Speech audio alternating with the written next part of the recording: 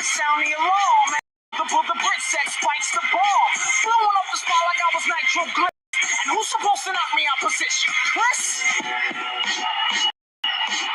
Krs-One comes with strike 2 when Shan is through. Shan sees triple sprites within his eyesight. And strike 3 lyrical verse to obey your thirst. What's good with it, people? It's Coffee on the bid. Back with another one, man. Hip-hop news update. Man, y'all remember that? Like, real talk, comment if you remember that commercial, man. I was seeing this social networks trending and motherfuckers was commenting like, man, they just don't do them like this no more, man. They don't just have commercials. This is the most legendary commercial of all time if you're a hip-hop fan. And, man, like, for real, y'all comment, are commercials just not about ish anymore? Like, what is it, man? Is Sprite just used to really go all in with the, you know what I'm saying, with the marketing team. Like, they used to do the damn thing back in the day, man. Like, for real, and comment, you know what I'm saying? Like, this was huge.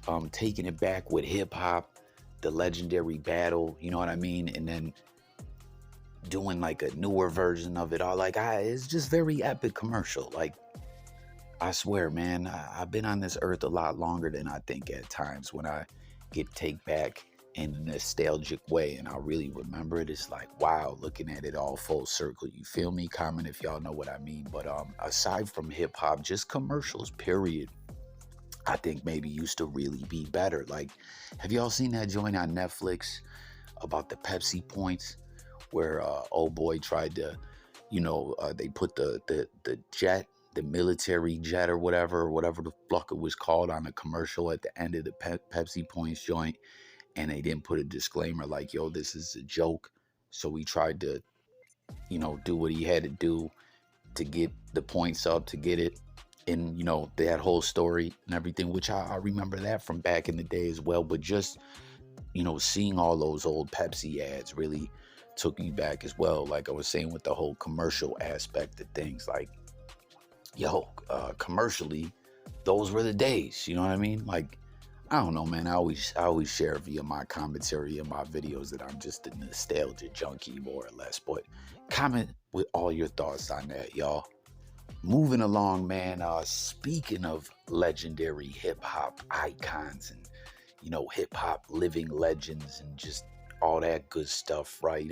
Nas, King's Disease 3, you know what I mean? Debuted in the top 10 on the charts and all that. And, you know, I've been saying it video after video, it's just another dope project, and just how refreshing it is to see Nas where he's at this stage of his career and all that. You know, it's just lit, period. Nas the truth. Hit Boy killing it in the game, them two linking up. I love it. But you see this meme someone threw up there like, yo, King's Disease 33, whatever year they're supposed to be in Nas, an old man. And, you know, everyone got a little laugh at it like, haha, LOL. But, you know, they really are pumping these projects out. Not to mention they did that Magic album together as well, you know, outside of the King's Disease trilogy. But someone had commented about this and said, yo, you know, that whole narrative and discussion, y'all, regarding hip-hop, that hip-hop doesn't respect its legends. And, you know, someone was saying, yo, this is the vibes, like, haha, LOL, this is indeed funny and all that, to see a superimposed picture of Nas as an old-ass man, however old he's supposed to be. But they were like, yo, like, y'all know what I'm talking about, right? That whole convo, how, like, in rock and roll, Mick Jagger and the Rolling Stones doing shit till Mick Jagger is, like, so old, he don't even look like he can get on the stage and perform, but he honestly still can. But, or like Ozzy Osbourne, dude's a decrepit ass old man, and still going on tour, still raking in the money, still getting respect among his, you know, individuals in that genre. And you know what I'm saying, getting booked for reality shows and all that. Like, that's been an ongoing debate and discussion that in hip-hop, why, like how we saw academics talking about dusty old bums, old ass bums and all that, and, you know, LL Cool J had to speak up. You feel me? Like, so this speaks to that in a sense. Like, haha, it is funny, but hopefully come that day, it is a King's disease 33, like it's still going on. Y'all know what I mean? Comment. Moving along, man, we got Russ. Comment, man. Do you fuck with Russ's music? Do you respect Russ? We know Russ catch a lot of heat in hip hop. You know what I mean? Like it became kind of a trending thing to shit on Russ and crack jokes at him. We know Adam 22 learned a hard lesson for that, though. He got ass whooped by Russ's team. I mean, y'all can let me know if you respect that move or not. But and Russ has had a few other incidents and altercations and stuff like that. He keeps a strong squad around him, which he says are his day ones. He's like, yo, these ain't just hired help. These my bros. But nonetheless, I'm just curious to know if people who tap into this video fuck with Russ or not. Let me know below. But it's interesting concept here. He shared via social network that he made this new song called Last Night at the request of his therapist, right? Which going to therapy is a good thing, I think. That's another thing that's kind of come up in, hip hop convos and stuff like that. Like with Charlemagne the God speaking about how he, sought counseling and, some individuals tapped into the streets, have went through so much trauma they don't even realize it. And, that there's nothing wrong with tapping in with a good therapist and working through your issues or whatever, so you can go on to have a productive, good life and all that. But Russ shared that his therapist told him, write a song about grief. Must have something to do with the convos and sessions that they've had. And he said, hey, I did this song last night. It's about grief. Comment, guys, and let me know if you rock with Russ, if you heard the song, and if you think that's a dope concept to do music, for therapeutic reasons. I mean, that's obviously not a new conversation. We've seen a lot of songs from a lot of artists in hip hop and other genres about, emotional or, tragic or happy situations throughout their life. But I just saw this on the timeline and was like, Russ, made a song after talking with his therapist.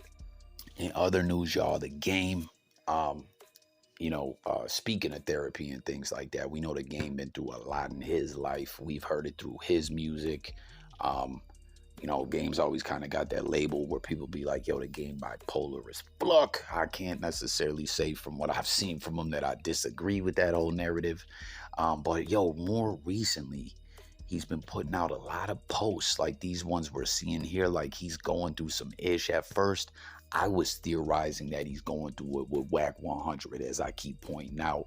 Whack done plucked this man's career up, plucked up the Game's name, got him looking halfway sus, based on his affiliation with Whack for numerous reasons, the bullshit that Whack does, among other things. And we know it's like an extortion tactic going on. It's a whole mess.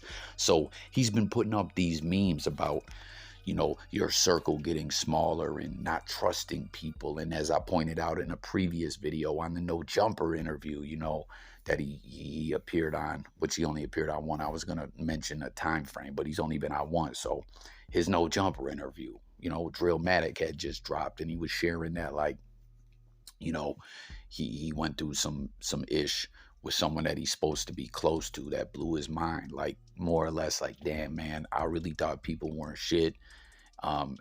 People are even worse after something I just experienced, something to that extent. You smell me? But here he is dropping a comment here, some more of these. I don't know, man. It's like the Game is going through it, like no cap regarding therapy. Seek therapy, Game. Maybe he is seeking it, but I'm just saying, if not, he should, because look, he threw up a couple more of these posts, y'all, and it's like, damn, Game, like what in the fuck is going on with you, bro? He said, it makes 0 sense to pay somebody back for the pain they caused you. Not everyone is for everyone's friendship, relationship, or family, a lesson I've learned. Then he's got another one too. He threw this up with Thanksgiving. He said, as you get older, you'll realize the circle of people you love gets smaller and smaller as time passes and is out of your control. Be thankful today for the ones you can see, hear, and touch. So Game just, I don't know, man. It seems like he's at some kind of crossroads in his life, you know. Getting older ain't easy. I tell you that. Life ain't easy. But life is great at the same damn time. You know what I mean? But in other news regarding the game too, we've been seeing Shan speaking out to boycott Nike, you know, regarding their treatment of Kyrie.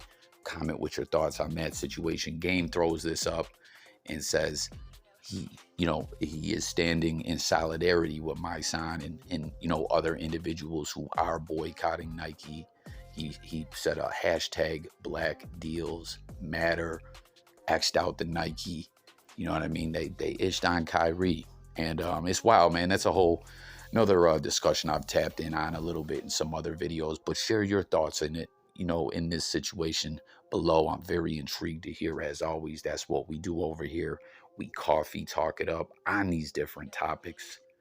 And that's going to do it for this one, guys. I thank y'all so much for tapping in, tuning in with Jay Coffee Talk daily videos. You know, over here, we're pumping out more hip hop content, but I cover a lot of stuff as well, you know, news, sports, all that. So subscribe, tap in, share your thoughts. I'm out of here, guys. Peace.